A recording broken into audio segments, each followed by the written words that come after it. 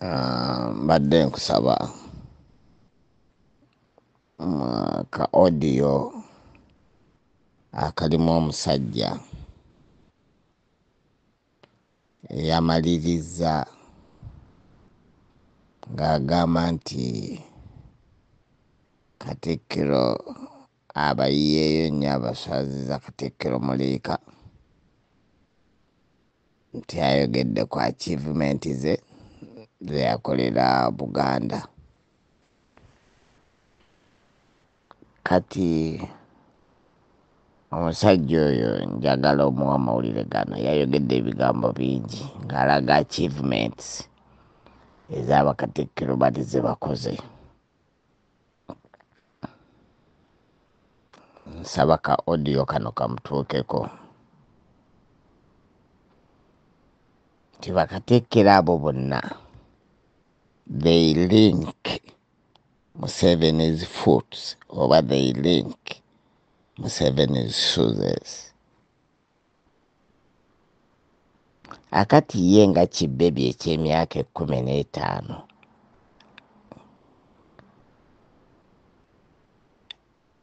alinkinge Museveni's breast, agenda ayonka amabeere ga Museveni kubanga ye kibbebi akiyonse n'ebita bitandika okulukuta ku lubuto lwa Museveni. Ku bakatikkiro abo bonna bamenye, teri gwoyinza kuyimiriza Muliika, gwoyinza kwenkanyankanya na Muliika kubanga ye teyalinkinga Museveni's foot era yateeka gavumenti eya wakati ku bunkenke. Naye nga ye kibbebi ekitannamanya history oba be bateekamu ebigambo bye bagula ne bajja bakkakkanya abantu, mugambe nti tatusuliwaza. Asiriwaza abo abali mu myaka gye oba watalina ntegeera etegeera. Babba ttaka ly'abantu otubuulira butabo nti ze achievement. Masengere biri ebiriwali, ttaka ly'abantu ligenda, embiri zigenze ez'abakabaka ze baalina, buli kimu kyonna bakibbye. Be bamu abo kubabba ebintu.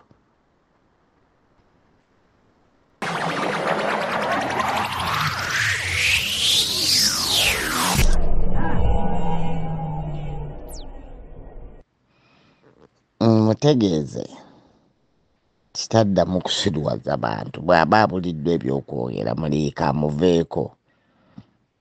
Muliika byayogera aba abitegeera era aba abisengezza.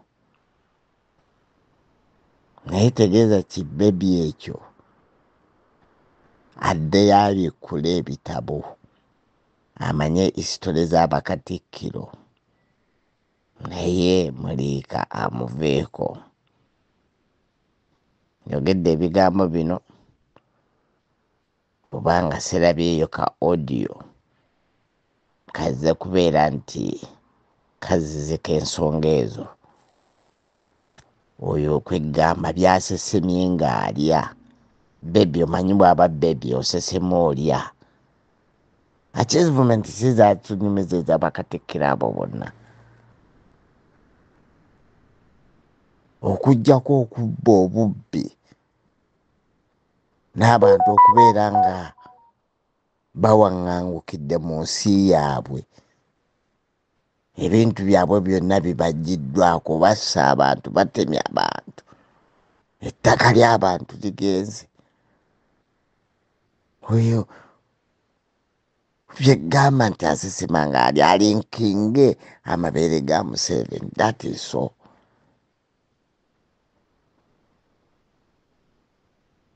Yanoonyereze mu magezi ge kati ebyafaayo bya Muliika bye yakola oba lwaki yaggyibwa ku bwakatikkiro mu bwangu. This is history of Uganda. Abantu gwe baba balina obwagazi kirabe nga Yusuf Kironde-Lule, genda osome history. Yamala okubuka abantu baali bamwagala, yamala okubukulembeze ennaku mmeka 69. Muliika amaanyi ge yaleeta nga buli kimu kyonna akitaddeko natti ng'ayagala kitambule mu bwerufu. Abatemu kyekyabumugisaako ab'emmundu babadde wabbali bateeteekewo abantu baabwe be banaakolagana nabo bonna bakatikkiro okuviira ddala ku Mulwanyammuli paka ku ono Mayiga. Simanyi Mayiga jamu yekka Muliika ne bonna abasigadde. Kati oyo atwala eri rabishuwe. Nsaba ka odi yaako keyayogedde ku achievement z'abakatikkiro okatambulizeeko n'obutambi buno obubiri bwenkoze, aleme kusumagiza abantu tutegeera era ebyafaayo tubirina. Talowooza nti ye bw'avudde eri Kibebi kiba kyanaaza emabega ajja atubuulire nga Muliika bw'ataayogedde kyeyaminiize nti teyategedde byamagezi tiyabaswazizza nnyo. Yabaswazizza nnyo muki? Kale n'olw'ensonga eyo sababu odiyo bwangu obwo butambulire ka odi yaako, osanga n'abantu abalala banaayongereza akanoonya achievement ze Muliika ze yateeka ku gavumenti n'obunkenke n'okubeera nti aggyibwako mangu okubwa Katikkiro. Kati tatusiriwaza. Mbalamusizza nnyo.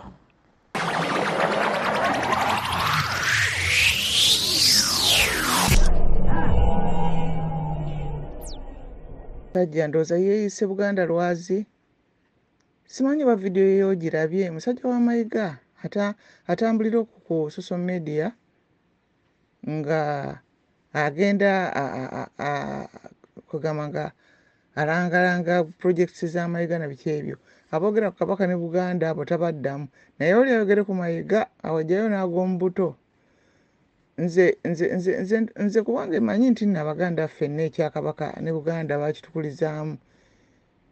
Ensi y'omuntu n'ebyayo bimubeera mu musaayi. Kwe kizibu okusanga omuntu nga ye buli waaba awolereza bagwira na biki byonna bye baba bakola nga bwabbika Buganda n'okitwala nti waamufe. Kubanga omuntu ekimunyiiza nti waliwo gwe baasiimye. Abasajja ekintu kyabakubye nnyo okulaba nti nno abantu babavubuka baasiimye Oweekitiibwa Muliika. Naye Oweekitiibwa Muliika abaddenga naye abajjumbira nnyo ababeera mukaga kiki ddala okukifuula omusango. Ate naye byagamba mbono Katikkiro yakola bino oli yakola biri eby'Obwakabaka si bwe bikola nti oli atule yeewaana byakoze. Ate wamu bwe tukola ffe mu bye twogera Kabaka byalamula n'agamba nti kale kino kitambule bwe kiti ng'ogenda ng'otandika okwekubira jjejjerebu. Kabeere Katikkiro. Katikkiro talina mulembe, alina biseera. Omulembe gubeera gwa Kabaka era byonna ebikolebwa bibeera bibye, bibeera bya Kabaka. Kubanga kati ani amanyi ani yali Katikkiro ng'oyinza okukijjukira essaawa yonna bakubuuza nti ani yali Katikkiro bwe baazimba ennyanja ya ku mulembe gwa Ssekabaka Mwanga. Kubanga era Kabaka ky'atasiima tekikolebwa. Ebyonoonese bibeera ebya Katikkiro. Ate oli ng'ali mu kifo ky'obwa Katikkiro asaana neyewamu ekitiibwa okusinga baakulira. Naye bwe gammwe baakulira ne muba nga mmwe mumukubako ku mukono wange ekka wansi tuula towalampa miti todde eno todde eri. Ne bw'abeera bwa bicyupuli waakiri afuba ne bamanya banne nti nedda munnaffe afubye. Naye omuntu n'atambula ng'asaatukasaatuka omwoyo gugenda gulinnyirira buli wamu. Naye obunaku bw'omwoyo ate ye Mayiga abuyitirizza asusse. Gwe abasajja abakulu ne batandika okweyisanga bakazi ba ku mizigo bajja batandika lwaki yakola kino lwaki yakola kiri nga oli Katikkiro ali eri ebbali baba bamusiimye bamusiimidde eri ebbali mumutandike kukola bintu mulabe muwulirize ebyo bye bamusiima nammwe mubikole. kwegamba Mayiga asizza nnyo obugunjufu bwa Mmengo okutuma abantu bawemule batabike ebyobwakabaka mu byobufuzi bwabwe. Kakati omuntu bw'ajja n'ayogera ku byobwakabaka nga bagamba mbu nabo bannuupu bakimanyi bulungi nnyo nti Mayiga abantu bali bamwogerako era nga bamugamba ensobi ze nga n'ennuupu tennajja. Bennyini abo bayita bannamateeka abakuutivu abaasoma amateeka ga Bungereza be bakola amateeka agayawula obwakabaka nti Mmengo talingira mu byabufuzi. Ate kubanga era byawufu Uganda etambulira kulyanyi ku binywa na bulimba nja kukola bino kyekyo kyokka lwakubanga balinako ekyo kye bayimiriza wali ebbali nti anayogera tujja mukola bino tujja mukola biri naye nga ekintu kyabwe kyonna kyakulimba nalumanyiiro. Ate ga bya Buganda by'obwakabaka bya bugunjufu byakutegeeragana bya mukwano ngera byonna biyinza okusuubira ebibeera mu nkola evudde wa Katonda. Buganda Lwazi kale n'olyokola ajja nakweyita Buganda Lwazi kale tayinza nakweyita linnya ddala ayagala kukwata era ebintu bya Buganda byaba abeeramu byaba avuruga nga Mukama ansaasire. Tulina abaana abato balina okumanya ekituufu.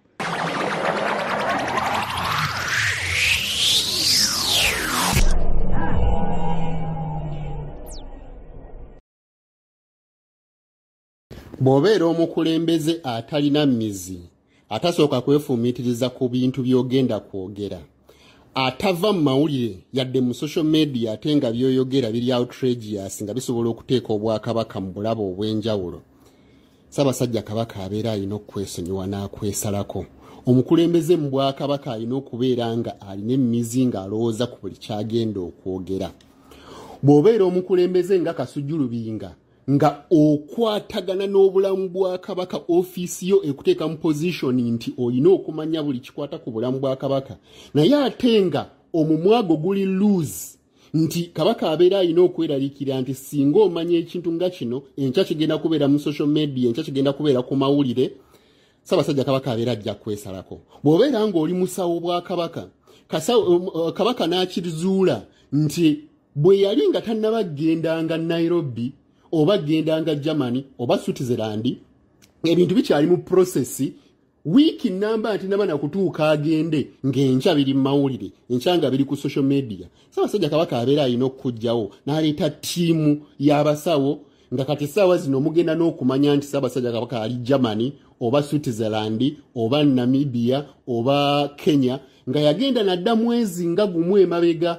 That is called privacy.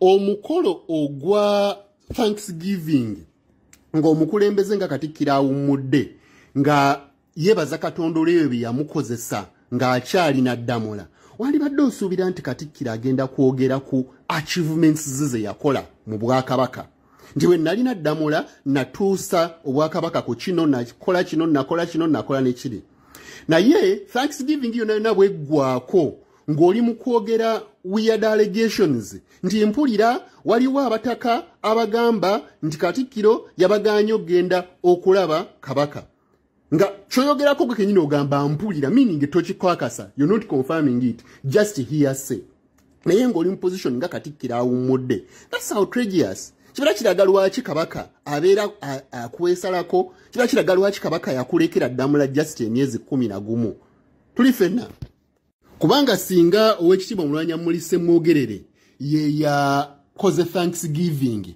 yandibadde ayogera nti nze Kabaka bwe yampa omukisa okumuweereza nga Katikkiro nga nina ddamula nazzaawo empagi z'Obwakabaka ezaali zimenyese okumala ebbanga eddene nakola ekibbitu mbaga nga Kabaka awasa maama Nnaabagereka nazzaawo ebyaffe ebyali bitaataaganye ennyo natukiza buli mpisa y'Obwakabaka n'obulombolombo obwali butaataaganye natandika CBS natandika Bukadeefu nanoonya abavujjirizi natandikawo Kabaka Educational Fund akakundi kabooli olulangira akatono akali kagezaawo kucyankalanya Kabaka nagezaako okkakwasaganya era Kabaka n'akulembera mu mirembe. Then Oweekitiibwa Jebbi Walusimbi singa ye yakoze Thanksgiving yandigambye nti nze bwe nalina Ddamula nga Ssaabasajja Kabaka ampadde omukisa okumuweereza, natandika certificate z'Obwakabaka, natandika omumuli, natandika okusoma bajeti y'Obwakabaka, nalwana okukendeeza obukuubagano wakati wa gavumenti y'owakati ne gavumenti y'Obwakabaka, natandika Kabaka birthday run, nanoonyeza Obwakabaka abavujjirizi, natandika okuzzaawo Muzibwazaala Mpanga, nayisa Obwakabaka mu kaseera ak'akayuuguumo ng'amasiro gayokeddwa n'ebiseera by'akayunga riots, neyanjula Omulangira Ssemakokire oli Obwakabaka, natandikawo Keto Telecom, natandika ekizimbe Muganzirwazza Katwe, natandikawo okutwala certificate z'Obwakabaka, maapu z'Obwakabaka n'ekifaananyi kya Ssaabasajja Kabaka ne Maama Nnaabagereka ku mikolo gy'okwanjula, era kati bireeta ssente n'okuwa ekitiibwa eri Obwakabaka, n'okugezaako okusakira Obwakabaka amalwaliro 2 okuva mu gavumenti y'e Dubai, era amalwaliro ago gaggulwawo mu mulembe guno ogwa Katikkiro Charles Peter Mayiga.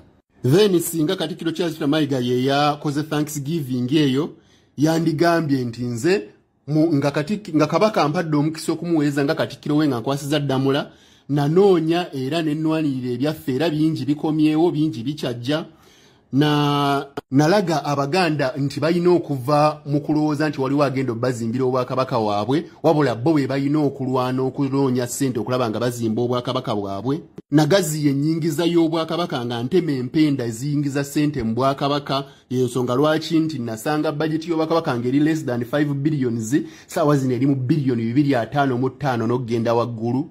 Tandikawo enkola ng'ettaffaali, oluwalo, okukiika embuga n'okuleeta amakula, naggumiza obwami mu Bwakabaka nga nteeka mu buli ssaza abakulembeze baabo ab'amagombolola, ab'emiruka, abatongole ku byalo, nagula entambula z'abaami ba Ssaabasajja Kabaka ng'ab'amagombolola okubawa pikipiki bonna n'emmotoka eri ab'amasaza.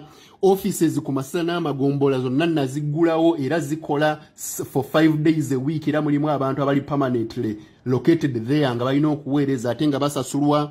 Kugatta abantu ba Ssaabasajja Kabaka nga sifuddeeyo oba kibiina kimwava oba ddiini kimwava. Okutereeza entambula z'emirimu mu Bwakabaka nga nteekawo streamlined way of doing things mu gavumenti y'Obwakabaka. Okussawo obuweereza obw'enkalakkalira mu Bwakabaka nti omuntu abeera amanyi nti guno gwe mulimu gwange mu Bwakabaka, so si kubeera nti oli ajja kukola mulimu gwa Nakyewa lwayagadde lwakola, lw'omwagala akole kino tabaawo kubanga abeera mu bwa Nakyewa. Okuyamba abasenze oba batuuze ku ttaka ly'Obwakabaka okufuna ebiwandiiko eby'enkalakkalira ebalaga obwannannyini ku ttaka, nga abaagala okufuna liizi bazifuna, abeewandiisa ku ttaka nga bawandiisibwa, n'okusasula obusuulu okulaga obwannannyini obumanyiddwa mu mateeka. Kugezaako okukendeeza obunkenke wakati wa gavumenti ya wakati ne gavumenti y'e Mengo. Okuyisa Obwakabaka mu kayuguumo ka social media nga buli omu ayogera kyasanze, naye n'enkulembera Obwakabaka even in that social media friends ne busigala nga bukyanywedde. Okutandika amakompyuta ga Bwakabaka nga BBS, Telefina, Werinde Insurance, Mwanyi Terimba, Buganda Law Chambers, Majestic Brands, Buganda Tourism Board, Namulondo Investments, Engule, Olwendo, Samuli, zonna nga ziwa ekitiibwa eri Obwakabaka era ziyingiza ssente mu Bwakabaka. Okola enteekateeka nnamutayiika Obwakabaka obulaga buli kimu nga bwe kinaakolebwa mu Bwakabaka mu myaka 5 mu maaso. Okusembeza Ssaabasajja Kabaka mu bantu, okulaba nti alabika nnyo mu bantu nga tannaba kulwala yali alabika nnyo mu bantu. Okwagaza Obwakabaka abantu bangi n'okubuwa ekitiibwa, okuyimusa ekitiibwa ky'Obwakatikkiro, okutuuka mu bantu ba Ssaabasajja Kabaka yonna gye bali, oba bweru wa ggwanga oba wa. Mwanyi Terimba esitudde ebyenfuna by'abantu mu Buganda, Bugwe ku Masiro, ekizimbe Masengere, kugala emiwaatwa egyali gifulumya ssente mu Bwakabaka, kuwandiika obutabo obutereka ebyafaayo by'Obwakabaka, bingi nnyo. Naye kati ssaawa zino nze bw'ombuuza ebya achievements z'Oweekitiibwa Danny Mulika nsobola obutazikubulira kuba sizimanyi. Eyo ekyansi gye twabadde tulina okufuna Katikkiro Danny Mulika atubulire nti ze bwe nali nga mpeereza Ssaabasajja Kabaka nga mpadde Ddamula, nakola kino nakola kiri, naye tetwasobodde kufuna chance eyo kubanga wazze mu kulumba abantu balamu. Ffe tubulira achievements zo z'amazima sizimanyi. Watu disappointize nnyo Oweekitiibwa.